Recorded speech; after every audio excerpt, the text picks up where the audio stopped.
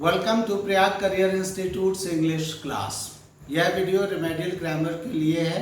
इस वीडियो में हम ग्रामर के वे पॉइंट्स डिस्कस करते हैं जो हमसे किसी वजह से छूट गए हैं या जिन पर हम पर्याप्त ध्यान नहीं दे पाए हैं या जिन पर हमने अनुमान लगा लिया है और सोचा है कि यह तो जो मैं अनुमान से सोच रहा हूँ यही बात सच होगी, इसलिए इस टॉपिक पर ज़्यादा जाने की आवश्यकता नहीं है। ऐसे टॉपिक्स हम डिस्कस करते हैं इस वीडियो में।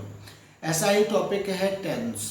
जब हम टेंस की बात करते हैं तब हम जानते हैं कि टेंसेस 3 प्रकार के होते हैं।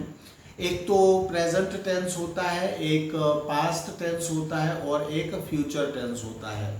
वैसे मैं कह चुका हूँ अपने पहले वीडियो में there is nothing like future tense, लेकिन ये प्रोजेक्शन होता है दिमाग का। एक बार जब हम मान लेते हैं कि ये प्रोजेक्शन होता है दिमाग का तो फिर हम इसको काउंट करने लगते हैं टेंसेस में और हम कहते हैं कि 3 ही टेंसेस होते हैं। वन इज एक तो प्रेजेंट टेंस है, दूसरा पास्ट टेंस है और तीसरा फ्यूचर टेंस है।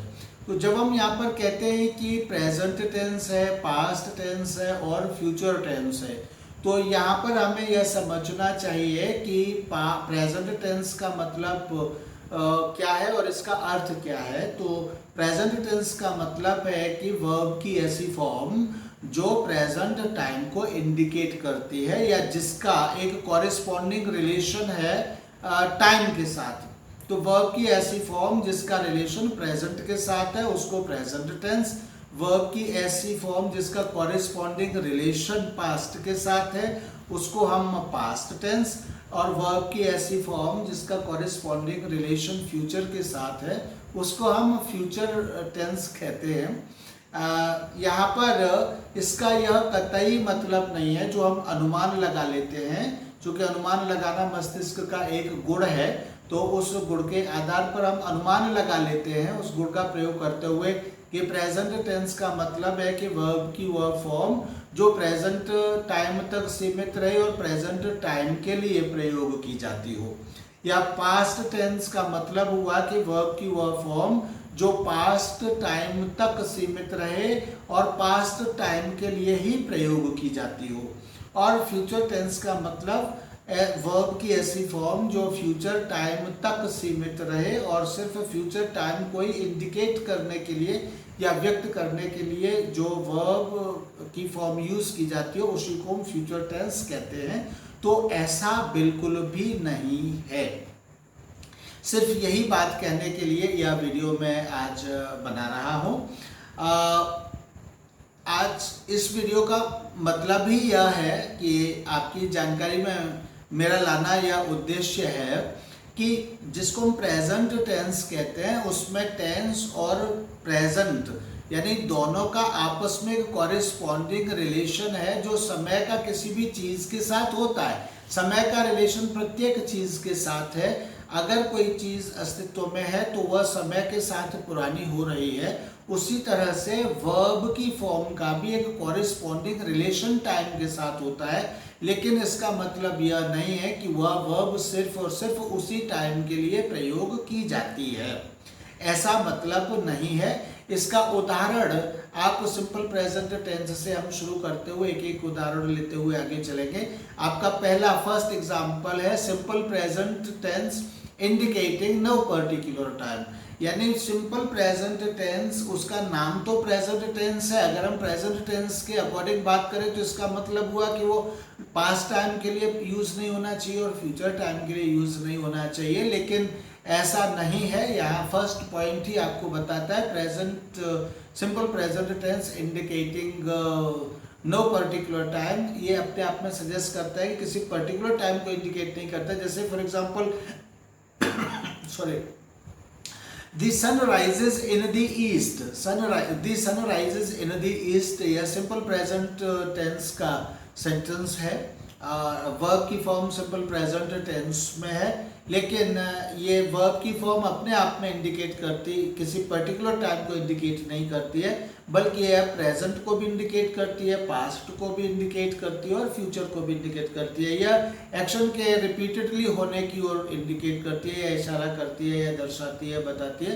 तो इससे हमें यह पता चलता है कि सन तो पहले भी राइज होता था, आज भी राइज होता है और आगे भी राइज होता रहेगा।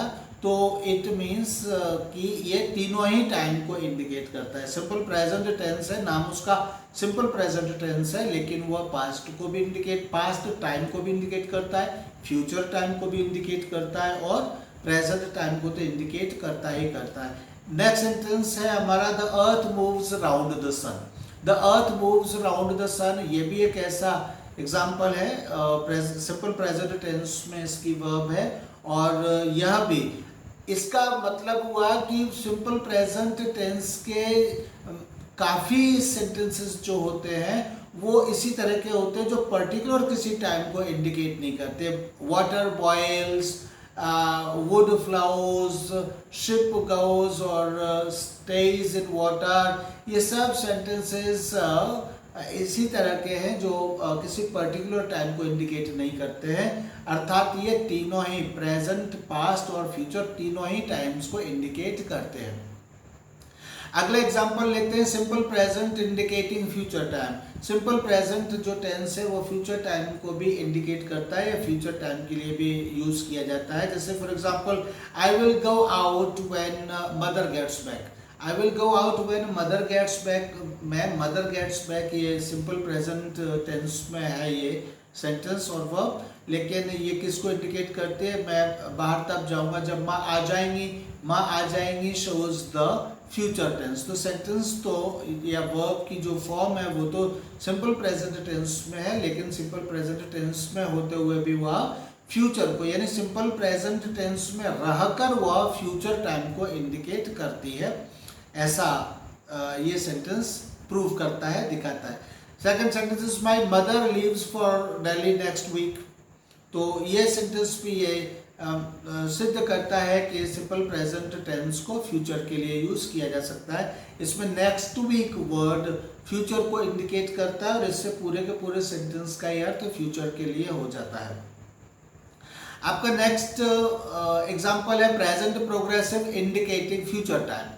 तो present progressive tense future time को इंडिकेट कर सकता है। जैसे we are playing a friendly match tomorrow, we are playing a friendly match tomorrow, तो सेंटेंस तो प्रेजेंट प्रोग्रेसिव टेंस में है, यानी वर्ब की फॉर्म जो है वो प्रेजेंट कंटिन्यूस या प्रेजेंट प्रोग्रेसिव फॉर्म में या टेंस में है, लेकिन इसके साथ वर्ड आ गया टुमारो।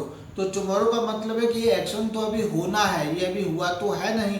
जब ये एक्शन अभी हुआ नहीं है तब ये किसको इंडिकेट करेगा या कर रहा है, तब ये फ्यूचर को इंडिकेट कर रहा है। तो हम कह सकते हैं कि present progressive tense also indicates future time. इसी तरह से he is going to London tonight, he is going to London tonight, tonight word के कारण ये पूरा का पूरा सेंटेंस फ्यूचर टाइम को इंडिकेट कर रहा है। तो आप कह सकते हैं एक बार फिर से कि present progressive tense also indicates future time. तो यहाँ सिद्ध यही किया जा रहा है कि प्रेजेंट टेंस केवल प्रेजेंट टाइम तक सीमित नहीं रहता है, बल्कि फ्यूचर टाइम को भी इंडिकेट करता है और पास्ट टाइम को भी इंडिकेट करता है।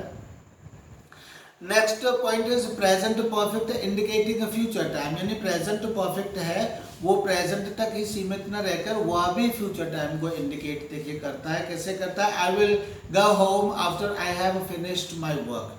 आई will go home after I have finished my work, after I have finished my work, ये किसमें, ये प्रेजेंट परफेक्ट में है ये सेंटेंस, लेकिन प्रेजेंट परफेक्ट में होने के बाद भी यह फ्यूचर के साथ आया है और फ्यूचर टाइम को इंडिकेट कर रहा है, यानी इसका जो मीनिंग है वह फ्यूचर के लिए। अगर जब इसको ट्रांसलेट करेंगे तो मैं घर तब जाऊंगा, ये सब काम कर चुकने के बाद घर जाऊंगा, यानी कि जब काम कर चुकूंगा तब, यानी काम फिनिश कर चुकूंगा तब मैं घर जाऊंगा।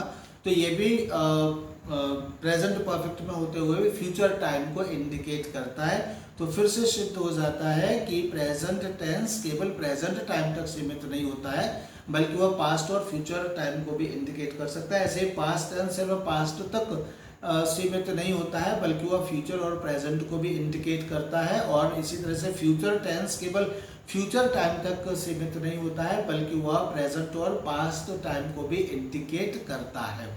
हमारा नेक्स्ट फिफ्थ पॉइंट है simple past indicating past time, simple present indicating past time.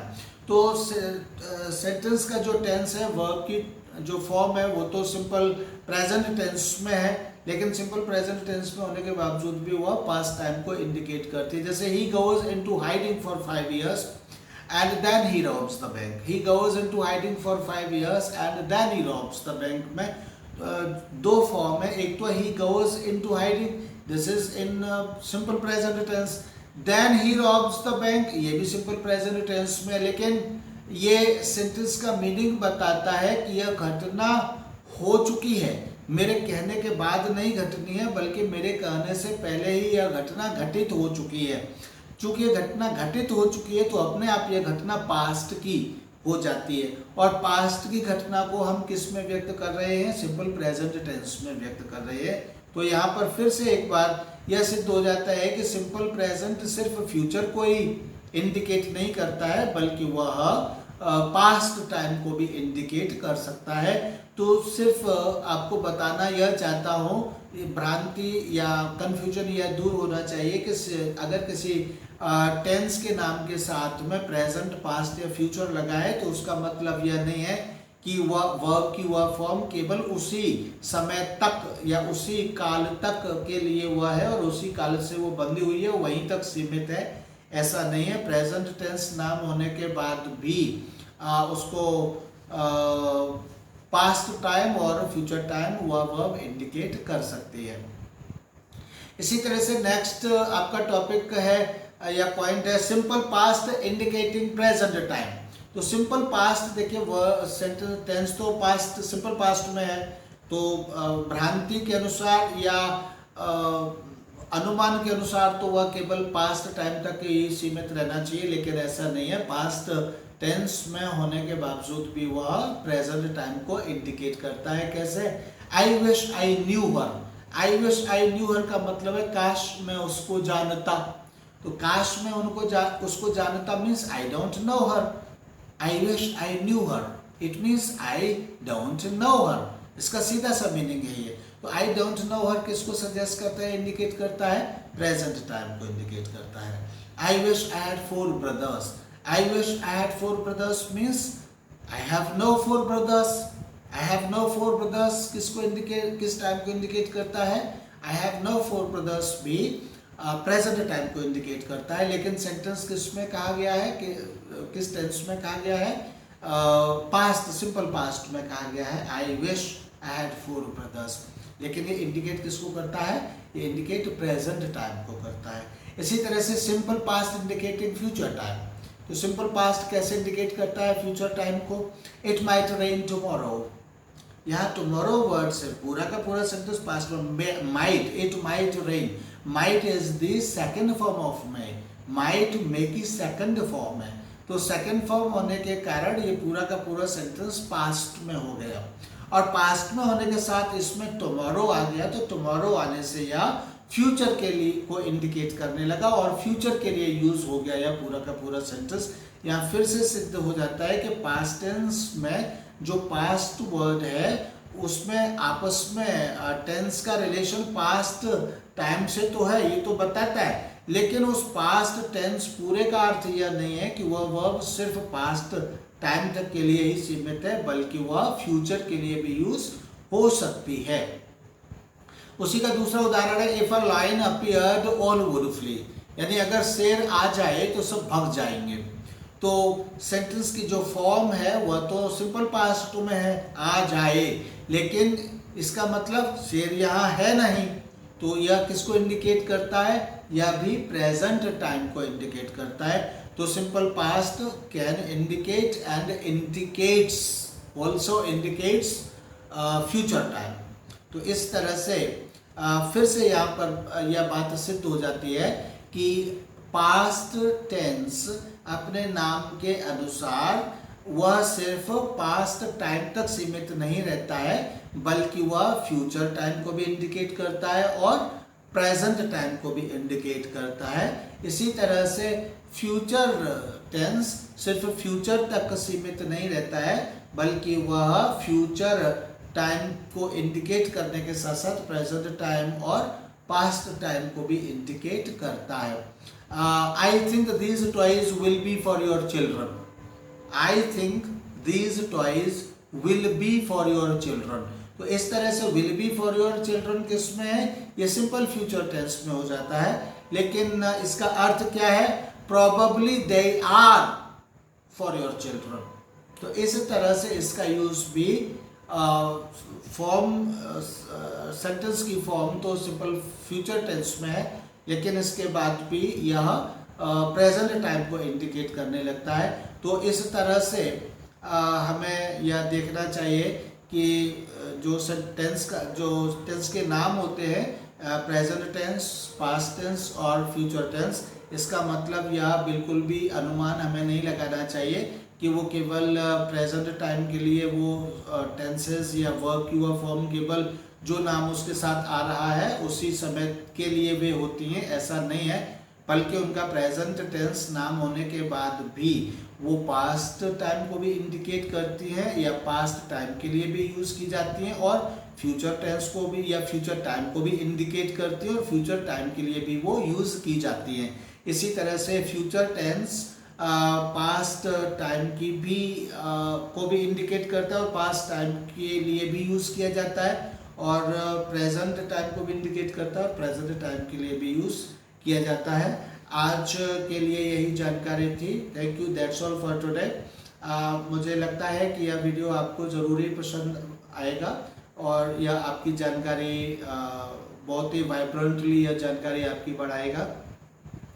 तो इस जानकारी को अपने दूसरे साथी मित्रों के साथ शेयर करने के लिए इस वीडियो को शेयर करिए और इसका बेल आइकन भी दबाइए और इस चैनल को सब्सक्राइब भी करिए, जिससे कि आगे भी इस तरह के वीडियोस आपको ग्रामर के जो इस तरह के पॉइंट्स हैं जिनमें कोई कन्फ्यूजन हमारे दिमाग में होता है, तो वो कन्फ्यूजन हम आपके वॉश आउट कर सके या दूर कर सके। तो इसलिए सब्सक्राइब भी करिए इस चैनल को, बेल आइकन भी दबाइए और अपने फ्रेंड्स के साथ शेयर भी करिए। बहुत जल्दी मैं ट्रांसलेशन की क्लासेस शुरू करने वाला हूँ हायर स्टैंडर्ड के कंपैरेटिव एग्ज़ाम्स के लिए।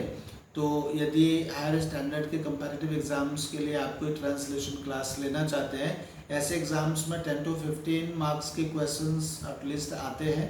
मेरे पास कुछ स्टूडेंट्स हैं जो मेरे पास पढ़ रहे हैं, अपने ट्रांसलेशन की तैयारी कर रहे हैं, और उन्हीं स्टूडेंट्स की डिमांड पर, उन्हीं स्टूडेंट्स को देखते हुए मैंने दूसरे स्टूडेंट्स के लिए ऑनलाइन ट्रांसलेशन की क्लास देने का विचार किया है। तो मैं बहुत जल्दी ट्रांसलेशन की क्लास स्टार्ट करने वाला हूँ। शुरू में बहुत ही स्लो और लो लेवल से उस कोर्स को मैं स्टार्ट करूँगा और बहुत हाई लेवल तक लेकर के जाऊँगा। तो यदि आप ट्रांसलेशन की क्लास लेना चाहते हैं तो ज़रूर कमेंट सेक्शन में बताइए और बात करिए, अपना टाइम लीजिए। इसके साथ ही यदि बहुत सारे मेरे देश में ऐसे स्कूल्स हैं जिनके पास स्कूल्स तो हैं, लेकिन उनके पास वो आइडियाज़ नहीं है कि वो अपने स्कूल को और अच्छा कैसे बना सकते हैं, या एजुकेशन के फील्ड में वह और अच्छा क्या कर सकते हैं, या जिस उद्देश्य के लिए उन्होंने स्कूल खोला है उस उद्देश्य को वो कैसे पा सकते हैं। किसी भी स्कूल का उद्देश्य होता है उन बच्चों को एजुकेशन देना, तो बच्चों के मस्तिष्क तक एजुकेशन को कैसे पहुंचा सकते हैं, इस विषय पर ऑनलाइन गाइडेंस लेने के लिए भी आप कमेंट बॉक्स में अपनी बात कर सकते हैं, अपना नंबर छोड़ सकते हैं। यदि आप स्कूल के लिए बात करेंगे तो मैं ऑनलाइन सर्विसेज देने के लिए आपसे बात कर लूँगा। 1-2 स्कूल मेरी अभी कांटेक्ट में है जो मुझसे ऑनलाइन गाइडेंस इस तरह का ले रहे हैं। आप चाहें तो आप भी यह बेनिफिट ले सकते हैं। Thank you, that's all for today. I hope you have enjoyed and you will subscribe it. Thank you.